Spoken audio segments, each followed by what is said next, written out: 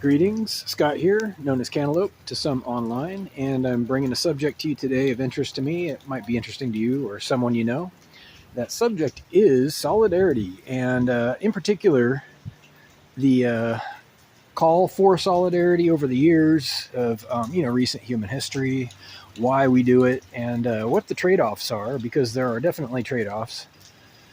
So, why do people organize? Why do people group together? Well, obviously, strength in numbers isn't a mystery. It doesn't really need explaining. Unions are a good example historically in America, where the working class has been taken advantage of. In theory, they can sometimes, fight back as a group. They form unions and whatnot. Well, that's not really the example of this video, but rather the unexpected costs of solidarity sometimes. Now, when is grouping not good? When is, forming a resistance, bonding together and uniting in protest or whatever, when do you experience a diminishing of returns, as they say? Because there is a point of diminishing returns. And I kind of want to just, talk a little bit about where it becomes less productive to do so.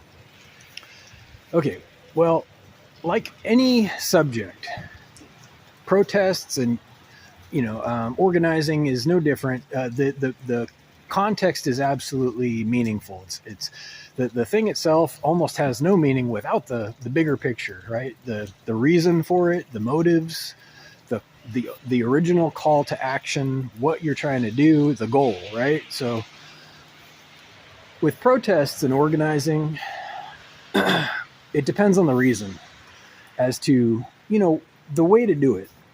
There's a smart way to do things, and there's, a less effective way, to be polite. So you see things today where we hear a lot of calls to action, calls to join a cause, calls to be solid and inclusive. But here's the paradox, the trade-off is when inclusivity is the goal, or the main complaint that there isn't enough of it, for example, organizing and becoming exclusive immediately has a conflict of interest.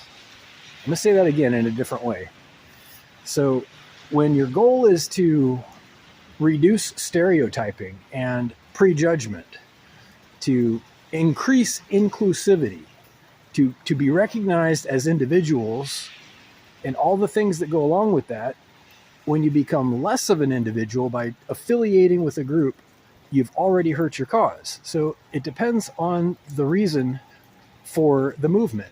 Absolutely it does. I mean, it's not like you're fighting for votes or better wages necessarily. You're fighting for acknowledgement of personal preference in some cases, which means the only way you can do that is by separating from affiliations, or else you have that diminishing returns. You begin to invite stereotyping legitimately when you affiliate with any group. So what does that mean? Is there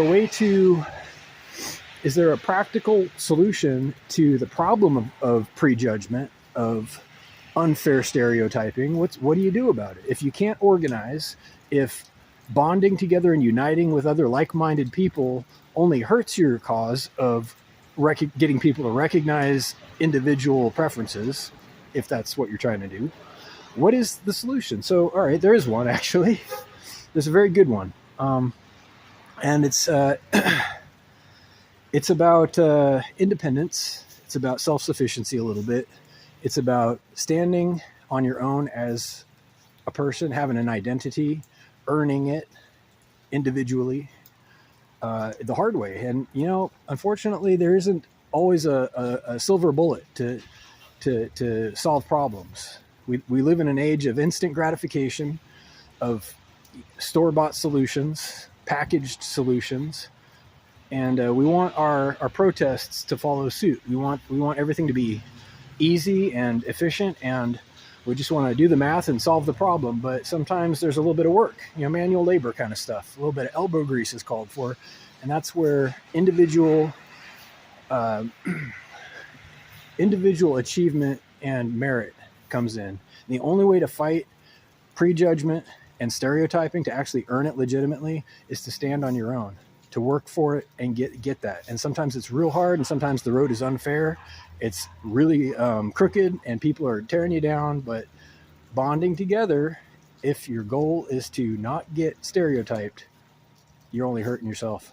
Anyway, complex subject, not a common view on it. If you have comments, please, as usual, email me or comment on the video. whitehotrobot@gmail.com. Thank you.